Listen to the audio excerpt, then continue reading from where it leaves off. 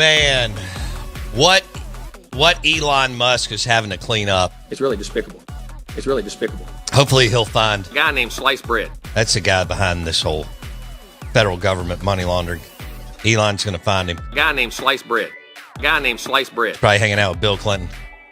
If anybody cashed in on all this, it was the Clintons. I mean, others did too. But Bill said, hold my beer. We going to make hundreds of billions on this thing.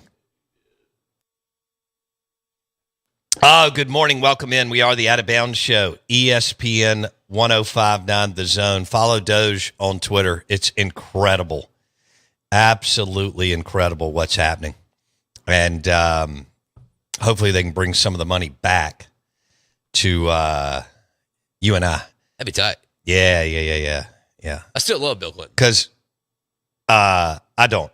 But, and he's a thief. Oh, yeah. And a crook. For sure. And he has benefited the most from this stuff, whether it was USAID or many, many other things. He really understood creating a presidential foundation and making money globally. I mean, it really kicked in. I'll give him credit for that. Sure. I mean, it really kicked in his second term. He got in with the tech guys, and that was at the beginning. And then he realized what he could do. I mean, you look at other presidents, they just kind of half-ass their foundation. You know, they create one and just whatever, throw a golf tournament, do a couple of things, travel once or twice a year. That dude was like, hold on, I can make $700-800 billion, right? And just kind of move stuff around the world of all the people I already met. 8 years, and I'll do that. And y'all will never know. Yeah. Would have never known if it wasn't for Elon and Trump. Oh my! This thing would have just continued on.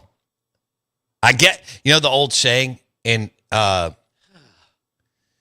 old saying is the money always runs out. Yeah. And it was going to, it just, what would have happened? I don't know when. But good morning. Welcome in. You should celebrate DOGE. That's my number one team. And I'm a fan. Let me do this. By the way, I'm a fan. Oh, yeah, I'm a fan. By the way, I'm a fan. By the way, I'm a fan. Are you a fan of DOGE? I mean, I love it. Elon's he's got 13 kids. Yeah, I was about to say he's a hero of mine. He's definitely not a role model of mine, but he's a hero of mine. I'll say that. There's a difference there. I don't want 13 kids. I'm good without that. But man, you still got time though. You're still young. I'm not pumping out 13.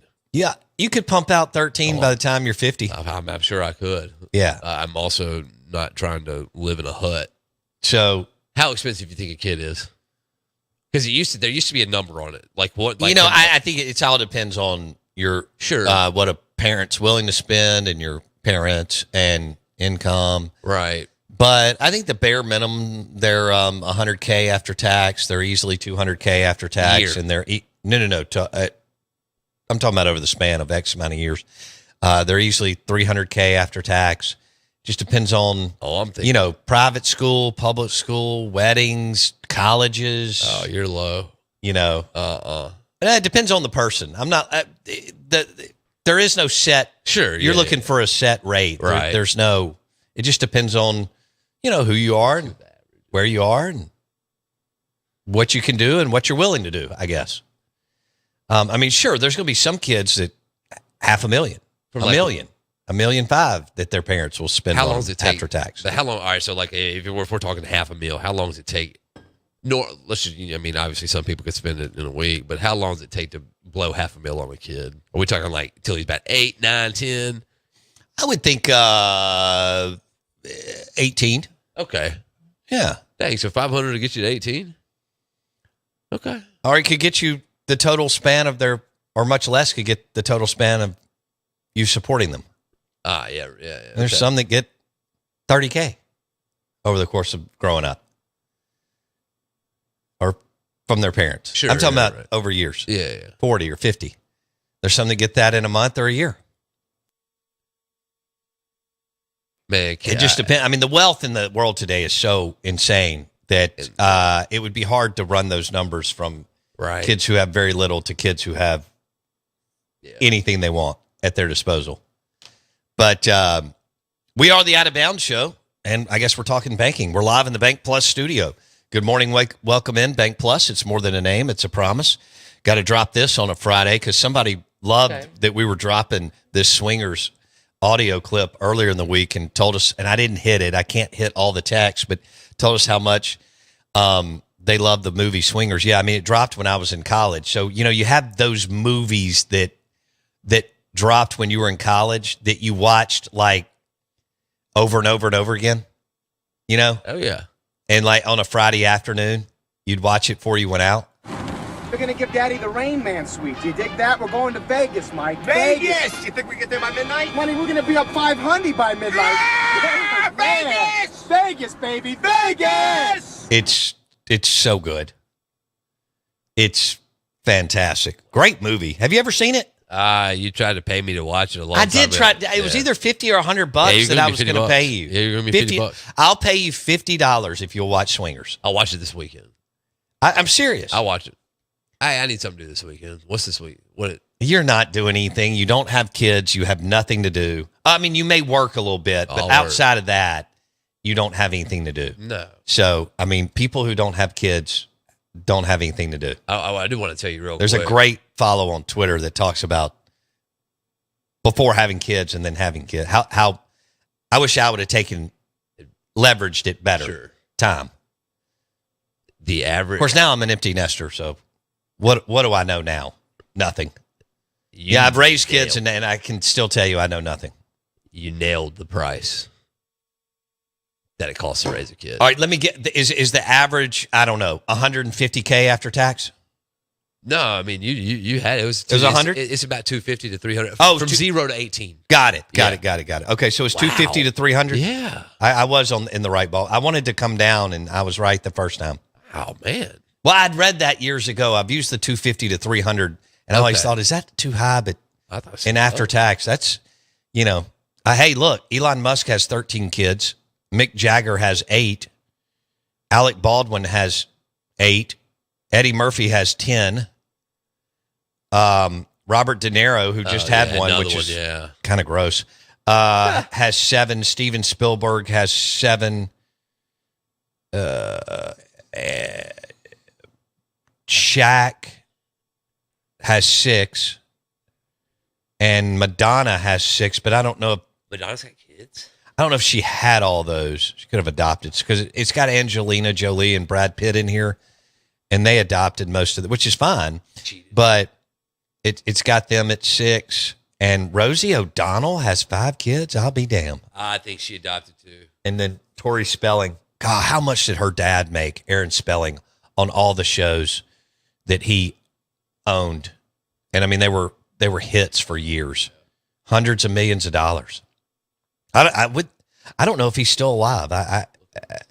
But because I felt like he was old in the late 90s. Oh, Aaron? Yeah, but God, was he He successful? was 83 at the age of death. Really, rock star. I mean, oh my gosh, Dallas, Texas.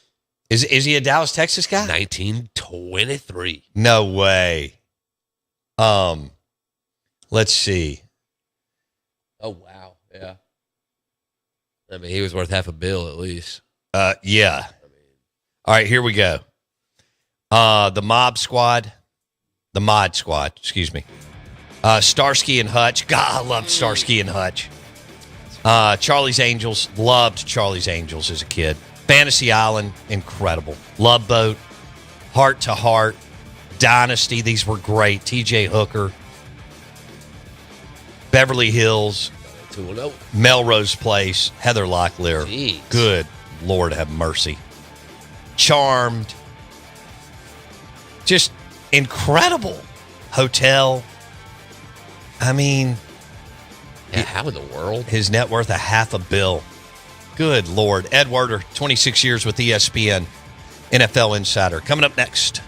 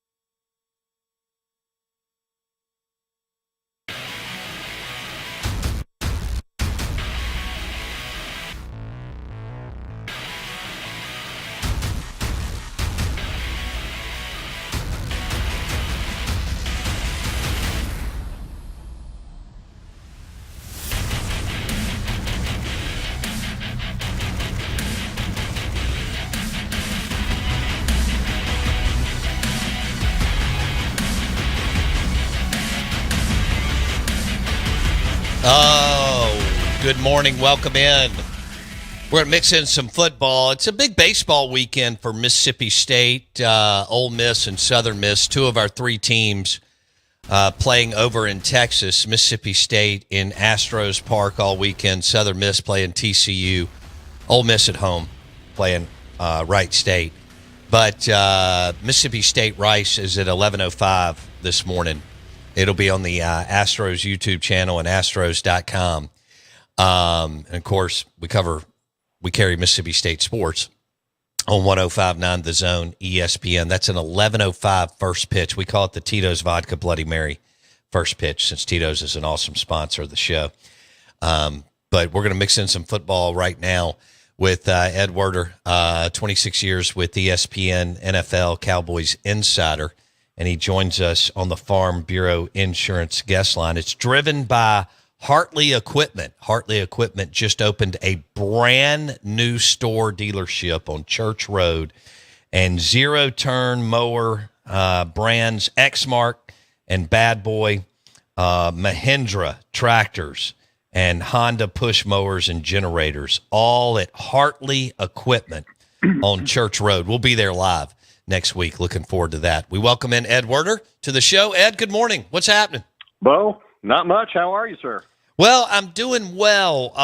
Did anything jump out at you as far as Brian Schottenheimer, the new head football coach for the Cowboys, talking at the Combine this week? Well, I thought the thing that struck me was, we're talking about the only coach in this cycle who is hired to be a head coach, promoted from within. And so Jerry Jones has gone about making a coaching change in a way that's different from what everybody else in the league has done in this particular cycle of hiring 6 different head coaches. Schottenheimer's 51, getting his first head coaching job. It's probably been, he said, 14 years since he interviewed for a head coaching job. Wow. And so he's got a lot to prove, but he's got a big personality, tons of experience. He's worked for 10 different franchises. And he spoke yesterday at the scouting combine, and I thought he came across really well. Like, the stage was not too big for him. And the thing he said that really struck me the most was he talked about his relationship with Pete Carroll, and obviously he got fired in Seattle after they had a very successful season. And the reason he got fired was because, as he said, I wanted to let Russ cook, and Pete wanted to run the football.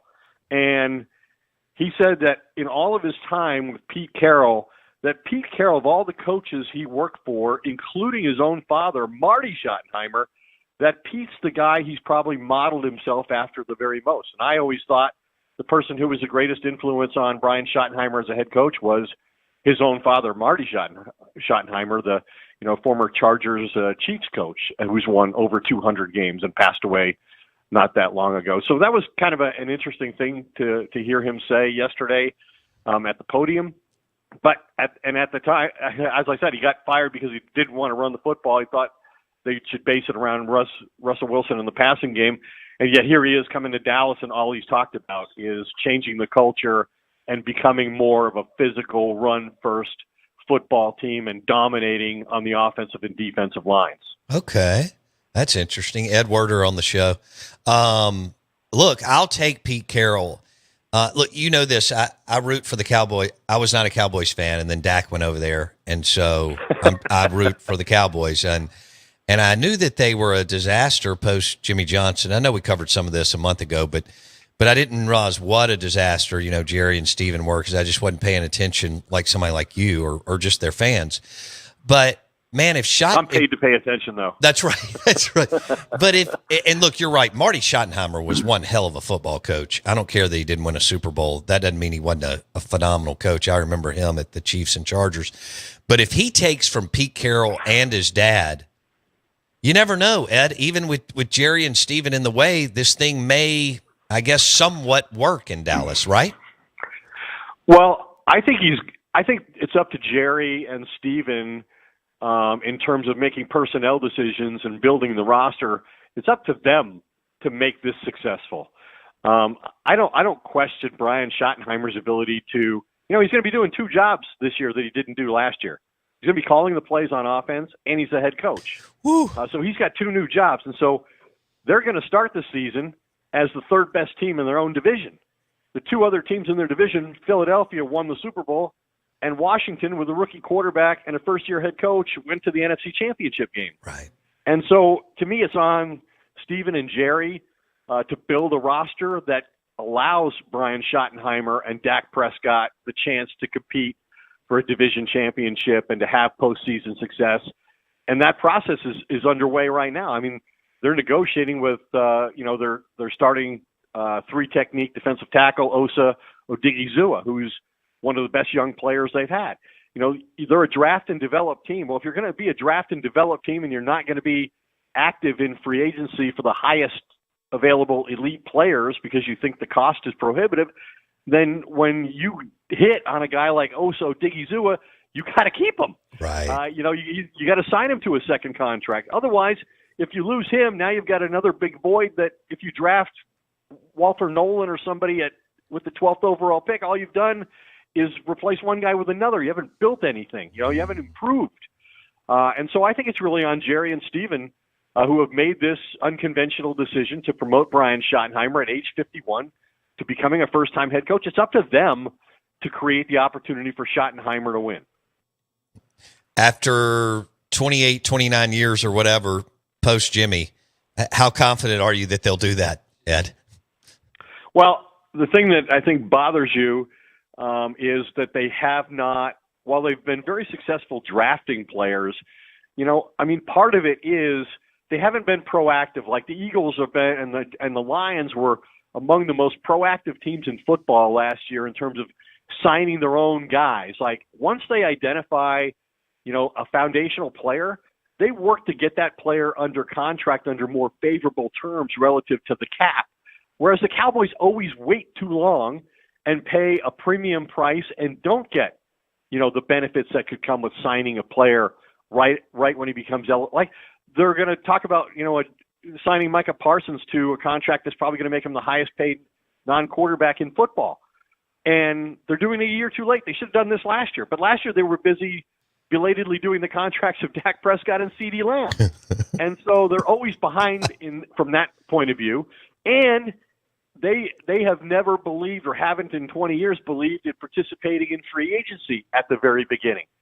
And the Eagles, the Eagles did that. I mean, they went and got Saquon Barkley and Zach Bond, and they both played huge roles in the Eagles doing what they did last year and winning the Super Bowl against the 2-time defending Super Bowl champs in Kansas City. And so if the Cowboys aren't going to change their philosophy on those 2 things, then I think it's going to be really hard for whoever the next coach is. I agree. Those 2 things are really the reasons that they've failed to meet expectations for the last, 30 years and haven't been to an NFC Championship game since Troy Aikman retired. And there's no evidence to this point that they're going to change either one of those things because, like I said, here they are trying to keep Odigizua off, the free agent market when he should have already been secured. Edward. And they've not indicated that they're going to participate in free agency from the very beginning. They've been the last team to sign an unrestricted free agent 3 of the last 4 years. I'm laughing because I don't want to cry. Ed Werder, Cowboys NFL insider on the Farm Bureau Insurance guest line, driven by your next Mahindra tractor from Hartley Equipment in Madison. So we had David Hellman on a month and a half ago, and he said some of the same things that you're saying. He said, we all know that the Cowboys won't start getting into free agency until 3 or 4 weeks in when all the players are gone. Do you agree with that, Ed? That's been their history. Last year they committed the fewest cap dollars to unrestricted veterans and unrestricted free agency, in addition to being the last team to sign a player, and that player was Eric Kendricks, who became a starting linebacker, middle linebacker, and led the team in tackles with over 100. Had a history with Mike Zimmer, the new defensive coordinator, and they spent the fewest dollars. Like it was only like $11 million in free agency. It was a bunch of 1-year contracts. And so they haven't gone out in free agency since Brandon Carr and signed a big-time player with high dollar value who's going to be a walk-in starter for, years on end. And, Stephen Jones just has always said, and he's articulated the philosophy and defended it by saying, look, you get good players, but you're paying the price of having a great player. But you've got to use every means possible to improve your roster. There's only so many ways to do it. And to eliminate free agency is just ridiculous. You can't function that way when the other teams in your division are doing exactly that and at your expense. I mean, the Giants finished last in the division and lost their best player to the Eagles. So the Eagles, took Saquon Barkley, improved themselves, and hurt the Giants. And Washington really did the same thing to Dallas. They took Dorrance Armstrong and, Dante Fowler, who led the team in sacks, and took Dan Quinn off their staff. And so they went to the NFC Championship game. There were like 10 players on both teams who had been with the Cowboys previously, including, Kellen Moore was the offensive play caller for the Eagles. So they had your coaches, they had your players. Pretty hard to win the division when you're losing, personnel from both a coaching point of view and a playing personnel point of view to teams in your own division. It doesn't make any sense. It'd be like us here on the Out of Bounds show, ESPN 105.9 The Zone. We obviously were live on the radio, on FM. We're streaming, and then we podcast after the show on Apple Podcasts and Spotify and it'd be like us not doing one of that. Why wouldn't we? Right. You want to push out your content. And so they're like, yeah, we'll use the draft, and we'll, as you said, we'll try to sign our players that we have on the roster, even though we sign them late and it costs us more money.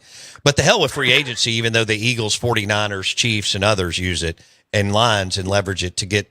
And like I think what you're saying is, in this league, as long as you've covered it and you know this, it's just to get a whisker or fingernail better, because there's not that much difference between 15 to 17 teams sometimes, Ed, depending on the year. You're right. And I think, back in the 90s, Jerry would tell you that, hey, there's really everybody says they're trying to win a Super Bowl. Every ownership group says that, but there's really only a handful who are really committed to it. And you see that by the way they manage the roster. And right now the Cowboys are telling us that they're not one of those teams anymore. Right. Because we didn't have you on back during this time, I thought the Amari Cooper pickup was unbelievable. And then I thought letting him go in his prime, where he still had more runway and juice for what they did, was a big time mistake. When that all played out, how did you see it, Ed?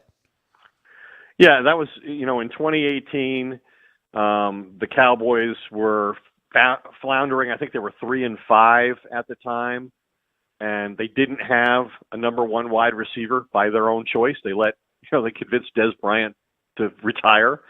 And so they went into the season selling the concept of, hey, we'll be harder to defend if you don't have a designated number one receiver, because the defenses won't know where the ball's going. That'll create an advantage. This is the way these people talk and think. And they soon found out that was a folly. And so they were aggressive, and they did go to the Raiders and give up their number one draft pick and brought in Amari Cooper, who was a great route runner, had great hands. Obviously, had a lot of success in Dallas that first year. They went and won the division from 3-5. They won a playoff game against Seattle, but then ultimately over the course of the next few years, they grew disenchanted with him because they thought because of their own mistake, they signed Ezekiel Elliott, who was holding out, and they still had 2 years of team control over him. They signed him ahead of Dak Prescott and Amari Cooper, who they didn't have much contractual control over. So that put them ultimately in a situation where they had twice franchise tag Dak, and they had to allow Amari Cooper to go to free agency, and then Washington offered him a big contract that the Cowboys had to match. So you talk about making mistakes with your own players and, not taking advantage of opportunities. Like, Dak Prescott should have never gotten the franchise tag contract that he did, coming off a season, where he suffered that huge injury to his ankle and his knee, and broke his leg and missed most of the season, yet he still had the leverage to get a historic contract out of the Cowboys. So that's where they've mismanaged the roster and failed to properly execute with the salary cap constraints. And so then Amari Cooper, he hasn't been, since he left Dallas, really the dominant player that he was, and he finished last season in Buffalo and didn't have a huge impact. He got traded there at the deadline to help Josh Allen and didn't play a huge role in their success. And so he might be available again, but I just don't see him coming back to Dallas, even though a lot of people have projected that. While Dak likes him a lot, at the end, one of the reasons the Cowboys management got rid of him was he didn't get vaccinated during the COVID era and missed 2 big games against the Chiefs and the Raiders as a result of testing positive for COVID. And that infuriated Jerry and Stephen Jones and was a big part of them moving on from Amari Cooper. So I don't see them coming back to him. Yeah, and he's way past his prime, so I get all that. Ed Werder, NFL insider on the Out of Bounds show, ESPN 105.9 The Zone. Driven by your next X-Mark zero-turn lawnmower from Hartley Equipment in Madison. What about, all right, let's switch gears a little bit here, Ed, on how do you see this playing out with Aaron Rodgers? I mean, I'm listening to NFL podcasts that I like and respect, and there's a lot of people saying, that they're not sure how many suitors he'll really have at the end of the day. Now, all it takes is one. What are your thoughts, and how do you think this plays out with Aaron Rodgers? Well, I think Aaron Rodgers would like to go play for the Rams, but first the Rams have to resolve their weird situation with their starting quarterback, Matthew Stafford, who they have allowed to go out and solicit offers from other teams who would be interested in trading with the Rams to acquire Matthew Stafford, who all he's done is throw 95 touchdown passes and take them to the playoffs awesome. 3 years and win a Super Bowl. And he was 13 yards from beating Philadelphia last year in the playoffs to go to the Super Bowl. He's 37, and so I think that's part of the reason the Rams are hesitant to make a big contract commitment to him. But by allowing him to go out and meet with other teams, he's discovered that the Raiders and the Giants are willing to pay him like $90 million guaranteed dollars. He only has $32 million guaranteed dollars with the Rams should he stay there. And so the Rams, I think, have made a mistake in allowing other teams to negotiate the value of their own starting quarterback. But they're meeting today. Stafford's meeting with Les Snead, the general manager, and still has a great relationship with Sean McVay, the head coach.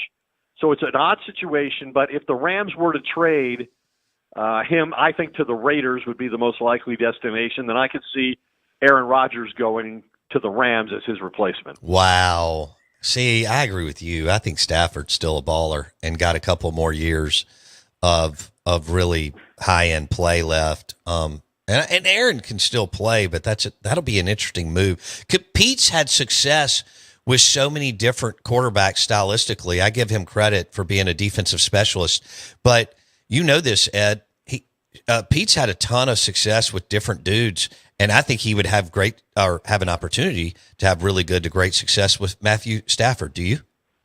Yeah, I think that the hard thing for Stafford, beyond physically moving his family again, and giving up his relationship with Sean McVay, would be, while it might be advantageous to him and at a significant level and financially, I think the hard thing is can I get back to a Super Bowl in the AFC with the Raiders? Like the Raiders right now, you would say they're the worst team in the division. I mean, 3 teams in that division made the playoffs last year. The Chargers, Denver's now got a franchise quarterback and a Super Bowl winning coach. The Chiefs, obviously, have been the dominant team in that division and in the AFC, if not the entire NFL, during that period. So everybody, has a franchise quarterback except the Raiders. And then even if you get out of the division, well, now you got to beat, Josh Allen and Lamar Jackson to get to a Super Bowl potentially. So it's a lot easier to get to the Super Bowl, as hard as the Cowboys have made it appear. It's a lot easier to get to the Super Bowl in the post-Aaron Rodgers era, if you're in the NFC. That's true. Okay, one more before we let you go. Sure. You've been in some unbelievable locker rooms and press conferences over the years to cover these coaches and stars.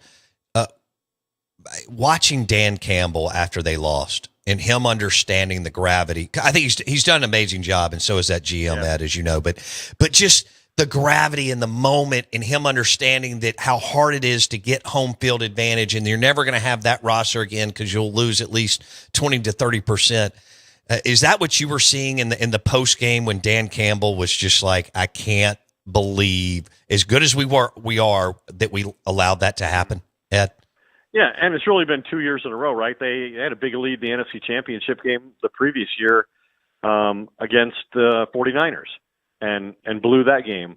But yeah, to do all that they did and win 15 games in that division, where Green Bay had a hugely successful year, the Vikings had a hugely successful year, and to achieve the history that they did within their own organization, to lead the NFL in scoring, with Jared Goff having an incredible season, to overcome the losses they suffered on defense with Aiden Hutchinson, going out 5 or 6 weeks into the season, and to put yourself in that position where you're going to play all your games in your dome at home, and then to lose to Washington with a rookie quarterback and a team that really, comparing rosters didn't seem to meet the challenge. To get outplayed in your own building the first time you're on the field in the postseason, it kind of reminded me of the Cowboys, losing to the Packers. It was kind of the same thing.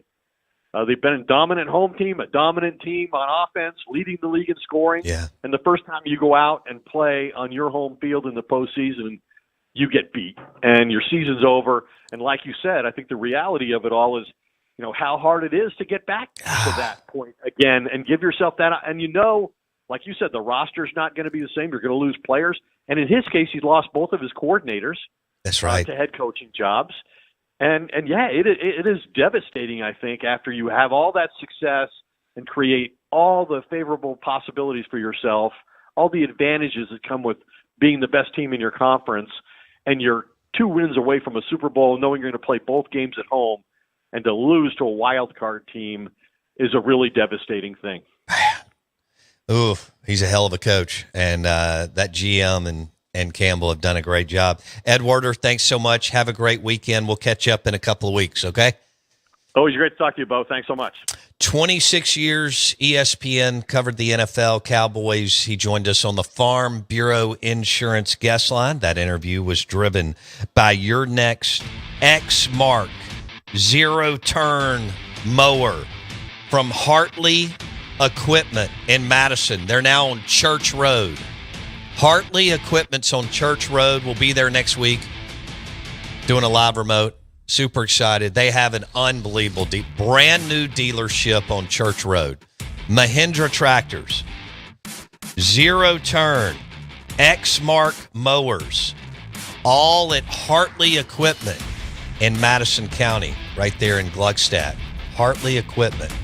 And their new dealership's awesome on Church Road. Good morning. Welcome in. Hour number 3 coming up at the Out of Bounds Show. That was Ed Werder, one of the best to cover the NFL the last 30 years. We're live in the Bank Plus studio.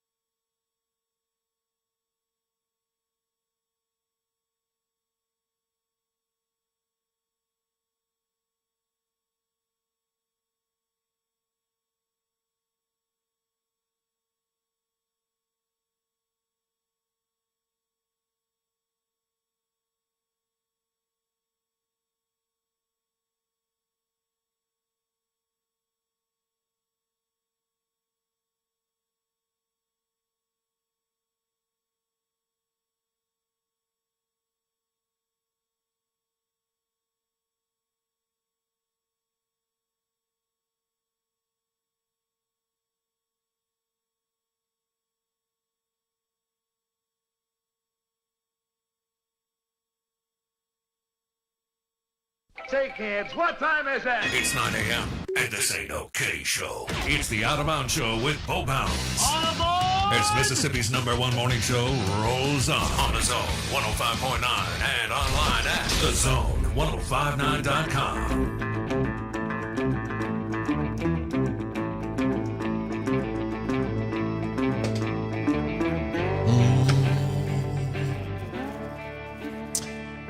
Hey, good morning. Welcome in. We are the Out of Bounds Show.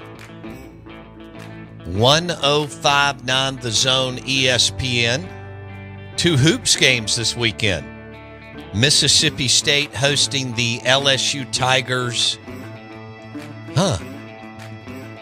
And Ole Miss hosting the Oklahoma Sooners.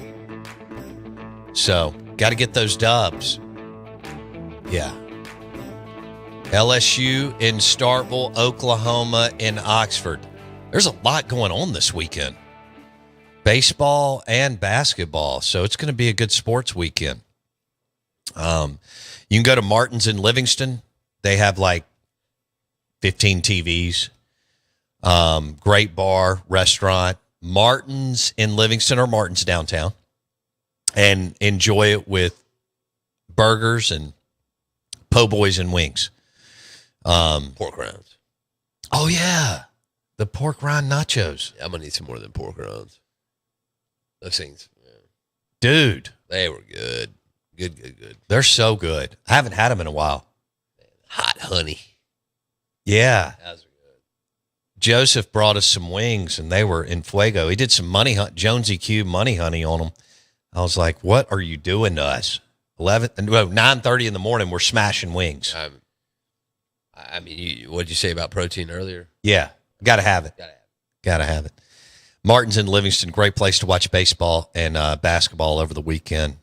Shrimp po' boy, maybe a cheeseburger loaded with bacon and jalapenos and whatever else you want on there. Mustard. I can do mustard. I don't do ketchup on my burger. I'll do a little ketchup with fries, but mustards, love it. And especially the other kind of specialty mustards. I'm good on that too. But a burger or wings at Martin's in Livingston. It's also National Customized Wheel and Tire Day.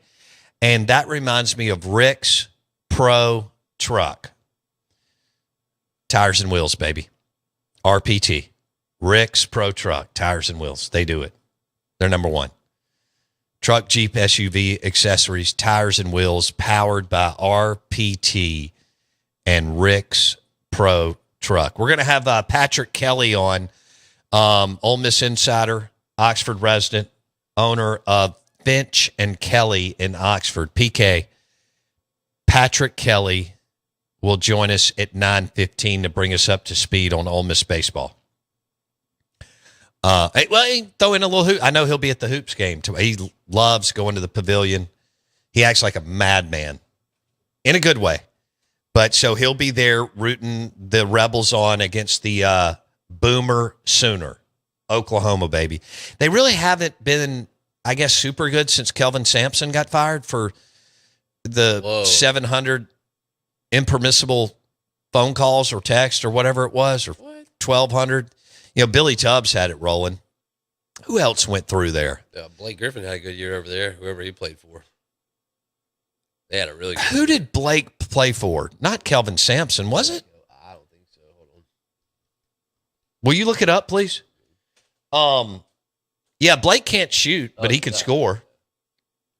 Built like a strong safety-ish. Kind of outside edge rusher. It's all good. Great fit. I mean, golly, physically, everything you want in a player. We gave him a ring. So, did you just say we gave him a ring? Yeah. Are you talking about the Celtics? Yeah. Was he a bench player by then? Yeah. Okay, cool. He's averaging like 4 a game, couple rebounds. Nice. We'll take it. Yeah, probably still making $5 to $7 million a year after making $20 million a year for several years. Hey, more power to him.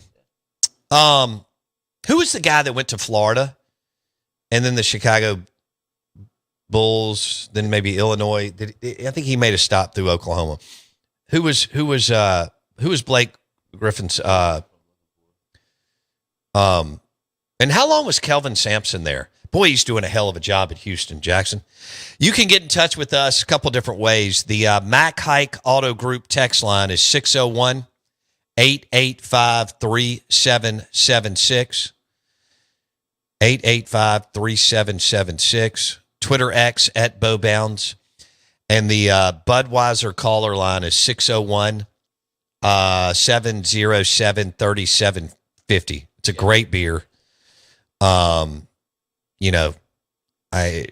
It's now become one of my go-tos, but ice cold Budweiser and crawfish at Mudbugs for the win. Jackson Meadows. If you would have pulled this name, there's no way. Oh, I know the name. I can see him right now. Really?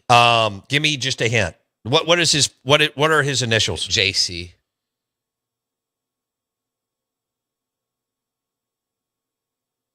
I can't. Jeff Capel. Oh, Capel was there. Was he? What is he about? He played at Duke under Krzyzewski. Okay. He's now at Pitt. Okay. He got bounced a couple of times. Krzyzewski kept getting him jobs, and he's actually turned into a good coach. He beat Jans in year one in the play-in game. Yeah, really ticked me off because I don't like Duke. Although I like their new star this year. You know, I've gone 30 years of not liking Duke just because Krzyzewski bothered me, and Woj hitting the court was so. Yeah, but wait, what? Woj, Wojnarowski? No, Woj, his point guard in 96, 97. Yeah, the slapping of the yeah. And I didn't like Leitner, or really Hurley or Grant Hill. Did you like Reddick? No. Well, I don't think I disliked Reddick, to be honest with you, but I just moved again. I went with UNLV, and then I wanted Michigan to win in 93 in the 5-5. I've always loved Chris Webber. And, I liked Rose and Juwan Howard, but I loved Webber. I just love him. When he was at Sacramento, I was crushed, and I wasn't anti Kobe and Shaq, but when they took that Western Conference Finals to I don't remember how many games, but it went pretty deep. And I watched the majority of it. It hurt me because I wanted Webber, but that team wasn't near as good as the Lakers. No. It was unbelievable, really, that it was, I think, as competitive as it was. But that was a long time ago. You know the reason it was that competitive? Webber's really good on TV. He is really, really good. He's what most former players can't do it. There's only so many, like a Reggie Bush, who's fantastic. I hate that he left Fox. Reggie is good. Chris Webber is excellent on TV. He's good in the studio, and he's good color analyst. 7 games. I knew it. It hurt me. I loved Webber at Michigan. I loved his game in the NBA. Yeah. But Sacramento needed one more player. And that doesn't sound like a lot, but let me just tell you, in the NBA, that is a ton. I can't put time, 20X, 30, 50X. It's like Mississippi State and Ole Miss. They're going to have another player complement Murphy and Hubbard, and Ole Miss is going to have another player complement Padula and Dia. That's just the way it is. If you want to cash in on all your hopes and dreams, you're going to have another player with Hubbard and Murphy. I'll simplify. And you're going to have another player with Padula and Dia. I don't know who it's going to be. You've got guys that are capable, but they've disappeared. And look, it's hard to play at this level. So some of them are what they are. Not everybody's Hubbard or Murphy or Padula or Dia. But you're going to need Harris or Melendez or Brakefield or Murray. Because I don't think Morrell's going to get healthy. I hate it for him because he's a good kid. I loved visiting with him last year at Pearl River Resort Golden Moon Casino for the Howell Trophy. He's a super dude, and he's a hell of a basketball player when he's healthy. But you are going to have another dude step up to win at least one game, if not 2-ish. And both teams are capable. PK, Patrick Kelly, we'll go to Oxford. Welcome in Ole Miss insider Patrick Kelly on the Out of Bounds Show.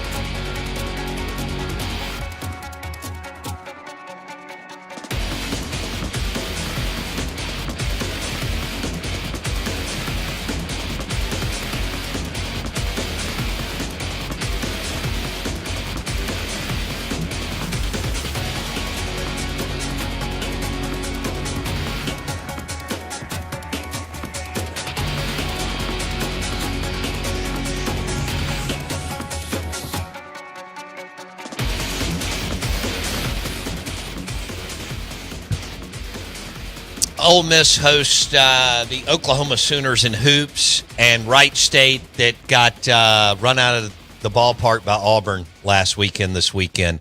Our next guest, Ole Miss superfan, Ole Miss insider, Oxford resident, owner of Finch and Kelly clothing store. Finch and Kelly, check it out when you're in Oxford. Finch and Kelly clothing store right off the square. And or on the square, off the square. Beautiful shop. Deuce is there to help you every morning. PK is there a lot. Patrick Kelly joining us on the Out of Bounds show. Good morning, Sunshine. Good morning, buddy. I'm Hey. glad I finally graduated up to Ole Miss Insider now. Well, you are. We talked about it like 45 minutes ago, and we made you an insider. I love it. Dole may be mad, but I've got, Dole can be an insider too. He's already the social chairman of Oxford, so I don't know if he can, have both. So I'm making you an Ole Miss insider. I love it. Are you going to the game? Well, I don't know how many games you're going to this weekend, baseball and basketball, but I know you're going to the Oklahoma game tomorrow, right? Oh, absolutely. I was at the girls' basketball game last night. Okay. Nice. Did y'all win? Oh, no, we played South Carolina. Oh, good Lord. They're incredible. They're really good. Golly, man. PK, I got to tell you this. Several years ago, Mississippi State was in the championship game in Dallas against South Carolina. My flight's delayed out of here. Bad storm coming through. Then we flew through it. By the time I got to the Mavericks Arena, Mississippi State was down like 14 points. It was over, so I hit a bar. But anyway, that's my that's my South Carolina basketball. They had what's her name? Asia Wilson? Asia, yeah. Yeah, she was incredible. Nobody could stop her. All right, so you're going to the Oklahoma game tomorrow, right? Yes, absolutely. Y'all got to win. Mississippi State's got to win. These are two, in this brutal conference, these are two super winnable games that the Rebs and the Dogs have to defend home court tomorrow. This is important. Yeah, we spent a lot of time yesterday amongst my friend group talking about like what's going on with the basketball team because the wheels kind of come off a little bit right now. So I'm hoping that Oklahoma will help us get it back together because 3 out of our last 4 were against top 5 basketball teams. Yeah. So this is kind of the one we need. Yeah, and you should win the game, but you got to give Padula and Diaz some help, as you know. And with Morrell hurt, it's got to be Davis, it's got to be Murray, or it's got to be Brakefield. We were saying the same thing. Mississippi State's got to find a third dude, right, to step up and get and show some consistency. Y'all almost made the comeback against Vanderbilt, but it was all Padula and Dia, and they just needed a little more juice, PK. Yeah, and Juju can hit some timely shots, but I'm not sure that he can. He can't get open with it by himself. That's part of the problem. But it's been, looking when we were playing really well. Jamin was hitting shots, and then Matt had one game where out of nowhere he drops 24. Yeah, and I don't know what happened. It's hard. We can't even really get any clear answers on exactly what's wrong with him. But he went from being the best dunker we had on the team to where now if he gets a breakaway, he lays it up. So I know he's hurt. Yeah, he is. That's unfortunate. He's a great kid. I enjoyed visiting with him last year at the Howell Award. Has he been through your shop? I know a million of them have. Yeah. Matt and Jamin are the two that we know the best. I just don't typically bother them during the season very much. Jamin and I text more. But I'm not asking them that stuff. I just don't. Sure, no. I get it, man. When I do talk to coaches during the season, I'm not doing that either. Yeah. Okay, well, let's switch gears. Patrick Kelly, Ole Miss insider, Oxford resident, owner of Finch and Kelly, right off the square in Oxford. It's across from, what is it, Taco Depot? South Depot Taco. Yeah. South Depot Taco. All right.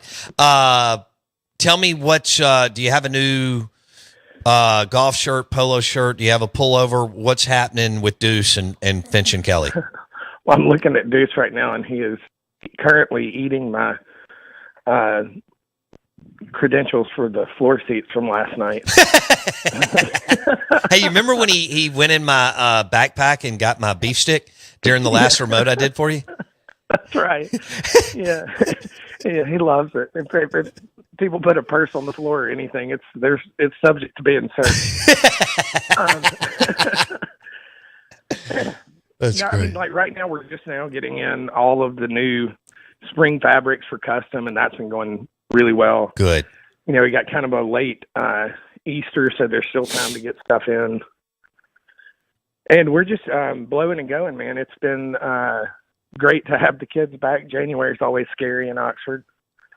The kids don't come back till the last week. Well, my God, they didn't start till January 22nd. I'm like, how long do they need for break? But I know now you got people moving and shaking through town with basketball and baseball. And then you got all the spring and summer parties coming up. People need sport coats and suits and tuxes. So it's picking up for my man. Are you going to hit any baseball this weekend, or are you just doing Oklahoma? Oh, yeah.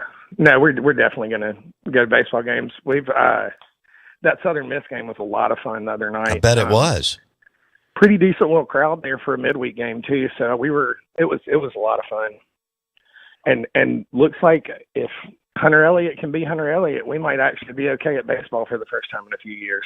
Well, he's a talented dude, and a lot of these guys can come off injury and they're even better, PK. You know. Yeah, he looks really, really good right now, and you know, we're excited. There's a freshman that everybody loves right now. His name's Hayden Federico. They had him hitting leadoff against Southern Miss, and he's just a dog. He's fun to watch.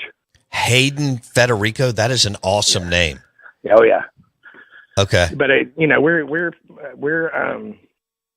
pretty excited about baseball looking, if it can just be entertaining, because the last couple of years have just hurt so bad. I know y'all had a couple of years after you won the national championship where it was brutal. It's so hard. It's just so much fun being in the mix in May, you know? Yeah, and I don't want to complain, because I was always like, if we ever win a national championship, I'm not saying anything for 5 years. That's hilarious. I love it. All right, is Dole in town? Dole is not. He is in Los Angeles. I believe, gets back today. Okay. But yeah, he's bad. He's nationwide, man. He's all over the place. I can't even keep up with him half the time. He's a dude. Well, he'll probably join you tomorrow for definitely for a game. He's coming with us to the game. All right. Well, I look forward to getting up there soon and breaking bread and having cocktails with you and Dole Bryan. And I hope you have a great weekend, man. For our listeners, go see Patrick Kelly and Deuce, his dog. What kind of dog is that, PK? He's a golden retriever. Yeah, he's a cream golden retriever. Beautiful, beautiful puppy dog. And go see PK and Deuce at Finch and Kelly right off the square in Oxford, right down from the library. And have a great weekend, my man. We'll talk soon, okay? Thanks, man. Howdy. See you, bud. PK on the Farm Bureau Insurance guest line. He's got you hooked up in Oxford. Finch and Kelly clothing store in Oxford. You also have a cocktail in the afternoon. I've done it before. He's got a good little bar there. And we've dropped off a couple of good bottles for him, too. Thanks for listening to the show. We're going to get out of here a little early. We've got MHS AA high school playoff hoops, I'm pretty sure, coming up on the Out of Bounds show. Have a super weekend. Hit all our local places. Mudbugs, Burgers, Blues, Barbecue, B3, Martin's in Livingston, Aplos, the Keg House in Ridgeland. Have a good weekend. Be safe. We'll be back here on Monday. We did 5 straight shows live in the Bank Plus studio. See ya.